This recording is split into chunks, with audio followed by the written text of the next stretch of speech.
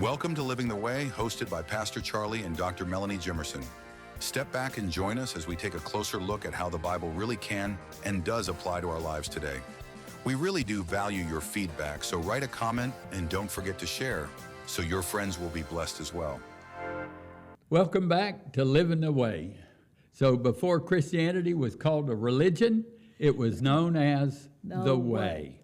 A way of living, a way of believing, and a way of following Jesus Christ. Right. This program is intended to talk about how we live the way for Jesus. That's what's most important, isn't it? Yes, it is. Yeah, I was thinking about what you were saying about before. You know, we forget about how much has been done for us so that we can live the way in the 21st century. That's right. We really forget to give all that credit to those people who went before us. And Jason Disney is somebody that we know here in Channelview who has a ministry of distributing Bibles. He just gives Bibles everywhere to a lot of people. You can't let him go through a drive-through without him asking you if you want a Bible, and he has a wonderful ministry in that. But one of the things he says is, men died that you could have this Bible. That's right. Boy, you know, until he said that out loud, I knew that, but I didn't know it in my knower. And so I really appreciate anybody who can use that kind of rhetoric to be able to bring into our minds how much we owe to those who went before us. That's right. And you know what? That not only goes for Christianity, that goes for this country. Yeah, our nation. Goes also this nation. Yes. We owe a lot to our forefathers. I'm telling you what, when those signers of that declaration, they really put their lives and their family lives on the line. Yes, they did. Yeah. Because if we would have lost, they all would have been killed. Mm-hmm. And not a good way. Yeah. And now many of them were. Yeah, last week we did talk a lot about our nation. We still got our One Nation Under God Yeah, I love that. Sign up, and we may leave it up there a little while. But today we're going to actually talk about the rules. Okay. Yeah, okay. I want to call it rules to begin with. Okay, you know, within the Christianity, you know, we really depend on the Ten Commandments. Mm-hmm. You know, but, basic question would be, are God's rules meant to restrict us or to protect us? Well, it depends on how you look at them. That's right. And so we want to look at, well, you know, they're very controversial. Non-believers think they're just a bunch of suggestions. Right. But we look at them as being rules for life. And they set out something that we don't like to hear this word much, but it's the word law. Yes. And so why do we need laws? Now, when I was teaching ethics in college, that was my job for many years. The first day that anybody was in class, I asked that question, why do we need laws? And eventually I got to say the answer to that question is for social order. Yes. Okay, so we have to start with, why do we need social order? Right. So, you know, the laws, God's laws, and the laws that we follow they don't exist to take freedom away. No. They actually are there to preserve freedom. But you know what? A lot of people don't like rules. You know, good laws protect people. They preserve order. They reveal what's right. They reveal what's wrong. No, and reveal what's wrong is what they don't want to see. That's right. You know, nobody wants to know that's wrong. That's right. Nobody wants to be wrong, and they want to be able to do whatever they want to. And that's what a lot of people think freedom is the ability just to do anything you want. Yeah. That's not freedom. That's anarchy. Yeah. Because if you can do anything you want to do, then I can do anything I want to do. And that's not right. Everything needs to have an order. Right. So why do we have so many laws? Well, Because if we don't have so many laws, we will have chaos. Yes. I mean, why is there speed limits? Now I know order. I know I'm stepping on some with toes because some people say, well, I need to get there faster. Well, that's But true. then what happens is, An accident. yeah, Yes. Stop signs. I knew this old joke, and I won't go into the whole joke, but this guy driving downtown and had a passenger in his car, and he kept driving. Every time he come up to a red light, he sped up and run through it. Yeah. Did it about 4 times. The guy's going like, what are you doing? Well, he comes up to a green light, and he screeches to stop. oh, And he goes, don't you know you're supposed to go on green and stop on red? And he says, my brother doesn't, and I think he's down this road somewhere. oh, goodness. So, he stopped at the green because he thought his brother was coming and going, Right. A lot of people are that way, so they get mad when they see these things. The seatbelt laws, still, guys, I don't particularly like a seatbelt, okay? I don't like it, but I wear it. I wear it because I know it saves lives. Seatbelts are very uncomfortable for most women. Yes. Think about it. They're actually uncomfortable for everybody, I think. But, they're important. It's to protect us, okay? Most people don't like being told what to do, though. Well, let me tell you, my experience was when something came out of nowhere and hit the windshield, and I was going 60 miles an hour, and it was going 60 miles an hour, and you can imagine what happened. I'm so thankful that I was wearing my seatbelt, but Yes. let me tell you, because I put on the brakes, it locks up the seatbelt, and it just crushed me against the back of the seat. But if I had been, I would have gone through the windshield. Right. And it hadn't been so effective. So I changed my mind about seatbelts after that. Mm-hmm. So today we're going to kind of touch on why does God give commandments? Right. And also, why does, in my opinion, every nation, why do they have laws? We're going to touch on those today. So let's look at every society needs laws. That's a topic that I wanted to go over. Okay. Because if they are a society and they want to live in peace with one another, they have to have some kind of governance. That's right. And so Some kind of order. Right. And laws do an order, and that's Yeah. what you said at the beginning, They a bring in social order. Mm-hmm. But we need to agree on what is correct. I don't want laws that take away my freedom. I don't want, because someone thinks that, that they don't believe in God and therefore nobody ought to be able to say, I don't want a law to be passed to take away my freedom to talk about God. If they don't want to talk about God or talk bad about God, that's their freedom. They can do that. I don't particularly like it, but it is what it is. The laws, though, give us an avenue to governance. Yes. And if we have no governance, then we have no order. And so we have to look at what's the best idea for this particular situation, such as what you brought up about the red light and the green light. Right, yes. And I get this from Romans chapter 13, verses 1 through 5. And let me run through that real quick. Okay. It says, everyone must submit to governing authorities. Governing, there you go, governance. Governance, yep. For all authority comes from God, and those in positions of authority have been placed there by God. So anyone who rebels against authority is rebelling against what God has instituted, and they will be punished. For the authorities do not strike fear in people who are doing right, No. but in those who are doing wrong. Mm-hmm. Would you like to live without fear of the authorities? Do what is right, and they will honor you. The authorities are God's servants sent. Yes. Yeah, are God's servants sent for your good.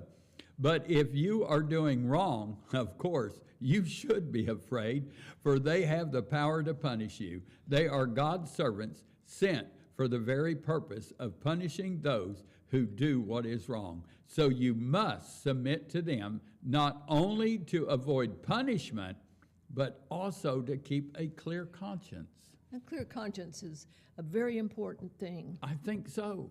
Because it has a tendency to torment you. If it's not clear, it will torment you, and the worst case you have of it, the more miserable you are. Oh, absolutely, yeah. You won't sleep at night. Hey, you don't want to have to worry. I am so glad that God saved me when I was young, because I didn't have to worry about being stopped by the police. Yeah.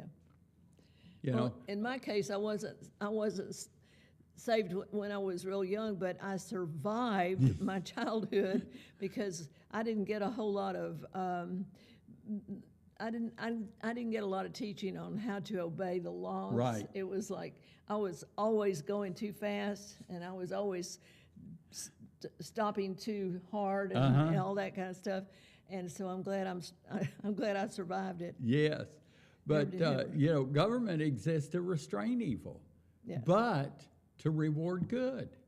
Now personally, I think our government needs to do that a little bit more, rewarding good. Well, they've kind of lost their way on that. Yes, they have. And it's become, our laws have become very punitive. Mm-hmm. And we have to, this is a case for education. This is a case for education. That's right. Because if people don't know why the good is in this particular law, then they're not going to obey it. That's right. So we need to educate them as to, yes, you want to stop at a stop sign, because if everybody goes through the intersection at the same time at the same speed, there's going to be chaos. And that's why, I have taught my children that when they get stopped by a policeman, for whatever reason, they are to be polite. Yes, of course. Well, you say of course, but a lot aren't. They're not taught that. Well, I know. And that's why a lot of people end up going to jail, is because they get belligerent, and then they think, well, you can't do this or you can't do that. And, let me tell you, it leads to the wrong things. Right. The best thing is to simply, yes, sir. And I have been stopped wrongly. Me too. I can remember a time that we were going from here back to Kentucky. Okay. Okay.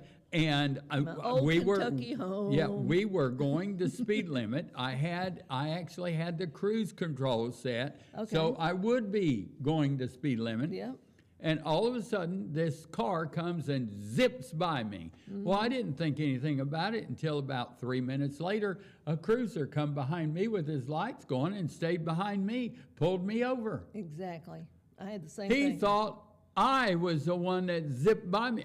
I tried to explain to him. I said, he come up there and I said, yes, sir, can I help you? And he said, don't sir me. And I says, well, sir, I was taught to respect those in authority. Yes. I pushed back a little bit, okay. But I told him I was going to be polite. And he said, well, you know why I stopped you? And I said, no, sir, I don't. He said, because you were speeding. I caught you on radar way back there.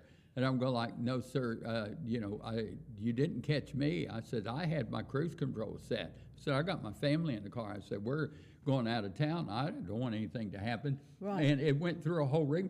He gave me a ticket. Of course. I signed it. I took it.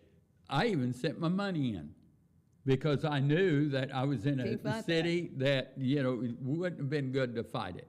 But sometimes politeness, I've also been stopped before and let go because I was polite. Of course.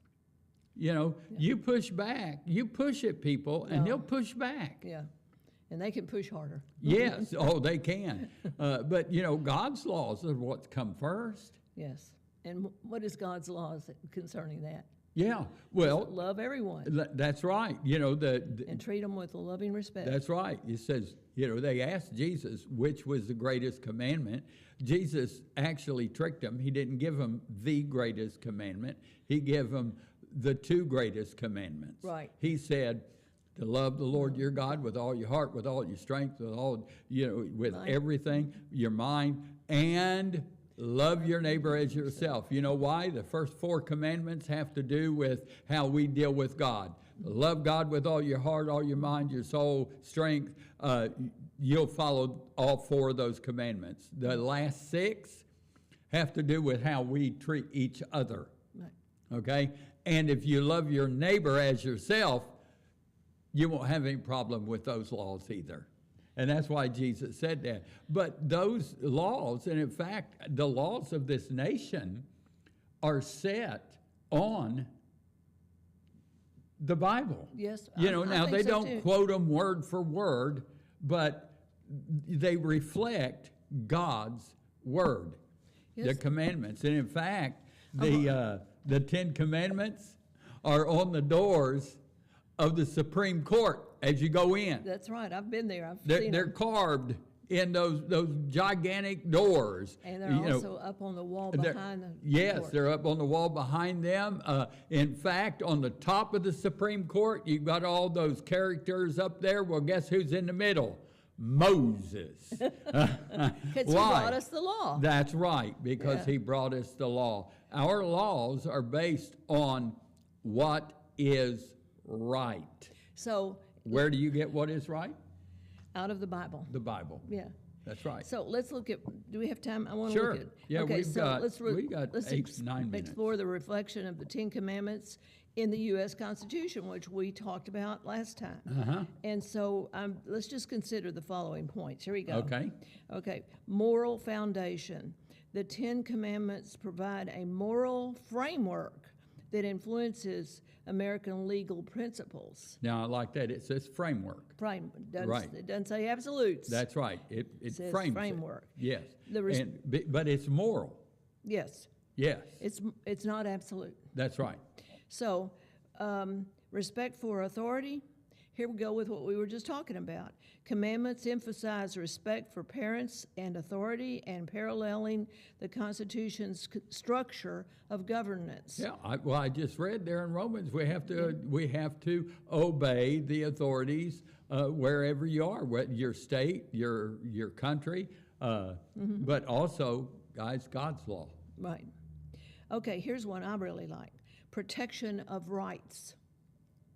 The commandment against stealing aligns with the Constitution's protection for property rights. That's right. There are other rights as well, but the Constitution specifically talks about, it first talks about the protection of property rights. And guess what from? The governor. The governance. Yes. Yeah, the governance of the Constitution. So you even get, the Constitution even gives protection against itself, in a way. Yes, it does. Yeah. Well, in fact, there's a clause that says that if our country gets out of hand, we not only have a right, we have a duty to bring it back in order. But the Constitution also has the duty of affording us due process. Yes. And that's number 5 and number 14. Right. And so we want to talk about the due process. How about this one? This one's real close to my heart. The value of life. Oh, yes. The prohibition against murder reflects the Constitution's emphasis on the right to life. That's right. In fact, that's what it says in the Constitution. It says we have the right to life, liberty, and the pursuit of happiness. Okay. Now, that third one, I want to just briefly talk, because I could talk an hour on that. It doesn't tell us that we are guaranteed happiness. We're guaranteed the pursuit of happiness. Have to remember that. That word pursuit is very important. But it doesn't say that it gives us the right to pursue life. No, it says we have the right to life. That's why I am totally pro-life, from conception to natural death. Life needs to be protected 100%, in my opinion. And I tell you what, personally, I vote that way. I will not, I'll leave a section blank if both people Right. are pro-death. And I won't vote for either one of them. There's no other word for it either. It's all this stuff about a woman's right to her body and all that kind of Well, stuff. now, she has a right to her own body, but there's another body in there. But yes, and that's where that's where they get off track. Yes, that's really right. where they get off track. Yes, we have sovereignty over our bodies. That's right. But that means I'm going to go take an antibiotic when I'm sick. Yes. Doesn't mean I'm going to go take a pill to abort a child. Right, but the thing is, and when I say it's a different body in there, a lot of people say, well, that's part of the mother. No, it's not. It is not. Believe it or not, once conception happens, that child has its own DNA. It doesn't have its mother's DNA. It does not have its father's DNA. It has its own personal DNA. Its eye colors, hair color, different dispositions, the personality traits and stuff like that, they're encoded at conception, not birth. Mm-hmm. So therefore, right. In my opinion, that's life. And our Constitution gives us the right to life. So those babies in the womb should be protected by our Constitution, in my opinion. So here's something that I've spent many years working on, and that is justice and fairness. Because I found out when I volunteered at the state prison, I went up there to start helping somebody do some disciple work up there. And 25 years later, I'm still there. I'm not there anymore, but I went up there for about 25 years, and I learned so much about the lack of justice. Yes. Not the most of justice, the lack of justice. And we live in the free world. They ought to call this is the justified world. It should. And not just the free world. Right. But when justice is not served, then you have nothing but slavery and incarceration and stuff Right. like that. And I bring up slavery because, yes, slavery does exist in our nation today because we have human trafficking, and That's right. that is nothing but slavery, and we really need to get behind We don't those call people. it slavery anymore. Well, I mean, it's not. But it is. It is because it makes the most vulnerable of people, young people who are coming over here from another nation, who don't have the language, don't have any power, Right. They don't have any protections. They don't know that they're protected by the Constitution, but they are put into slavery. That's right. And they can't Yes. get out of it by themselves. We need a lot of volunteer work in that, and I can't call for it loud enough. And then here's your favorite, religious freedom. Mm-hmm. And the First Amendment supports the commandment to honor God, allowing for religious experience. That's and right. Take it away, expert, because you are expert on this, I know. Well, I've heard him talk about this before. Yes. The thing is it tells in our Constitution that our government shall not pass any law against the church. Right. It doesn't say that there is no separation of church and state. That's right, there's not. There's no separation. That's not in the Constitution anyway. Right now, I guarantee you can find a copy of the Constitution. If not, get on your computer. Yeah. Get on your computer So or easy. your iPhone or your phone. Yeah. And get on there and Google it and read it. You'll see it's not in there. What it says is the government shall not impede the church. It doesn't say anything about the church. But guys, we're not a theocracy. That means we're not a country that is run by the church. But guys, we're a country that's run by the people. I'm one of those people. And therefore, I can vote my morals all I want. Why? Nobody's going to tell you how to do it. Because nobody can tell me. Right. Nobody can tell you. Nobody can That's force why you. a lot of times when we have here in this church, whenever it comes close to the election time, I normally will read the platforms of both parties. And I don't have to expound. I'll just read the what it says, what both parties say they do. Right. Okay? Because, let me tell you, they're quite clear of what they want to do. And remember, although you might say, well, they may belong to this particular party, but maybe they don't believe everything. Well, they pledge. They pledge to follow their platform. They do. They do. And so if they pledge to do that, well, then if they're good people, they're bound. Well, if they're moral people, yes, they're bound. And that's right. And morality works both ways. You have to be true to what you say you believe in. That's right. If you're not, you're immoral. So are they just, lying? I don't want to Then if they're lying, if they're not going to follow what they say they'll follow, they're lying. So I don't want to vote for someone that's lying. Okay? There you go. Tell everybody what you stand for.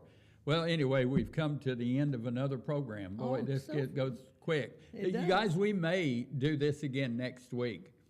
Because there is so much that we can go over here. And what a great time to do it. I was just going to say, right now, during the 4th of July, Yes. this is the topic to so be maybe on. we will just make July just to go over topics like this. Right. Well, because I don't think we have anything scheduled other than questions, and we go over questions with this. That reminds me. Send your questions Yeah. in. Yeah, we've got a day this month. I'm not sure which Saturday it is, but so send in your questions about what we're talking about liberty, freedom, the country, whatever. And we'll try our best to be biblical about it. Yes. Okay? Yes. We do some research on this. All right, so the way, guess what? Go to church a lot. Yep, but it's not a path you visit. Oh, no. It's no. a path you have to live. Yes. That's the way you have to live. That's right. And, of course, like Miss Melanie just said, the best way to find that way is go to church a lot. You need to go to church. So you'll see so much if you go a lot. That's right. So now I want to start something new as we close. Right. I want to thanks to our production crew. Yes. Ronnie and CB. Yes. They do so much to help us. I just want to say this little tidbit here. My glasses almost always have light in them. Mm-hmm. Well, because of Ronnie, you can actually see my eyeballs. I don't know if that's a good thing or not, but you can. It's got to be a good thing. They do so much behind the scenes. CB makes sure that we sound good and you get to hear something clear and everything. So we definitely want to at least honor them. Yeah. But until next time, you keep living the way by going to church a lot. Mm-hmm.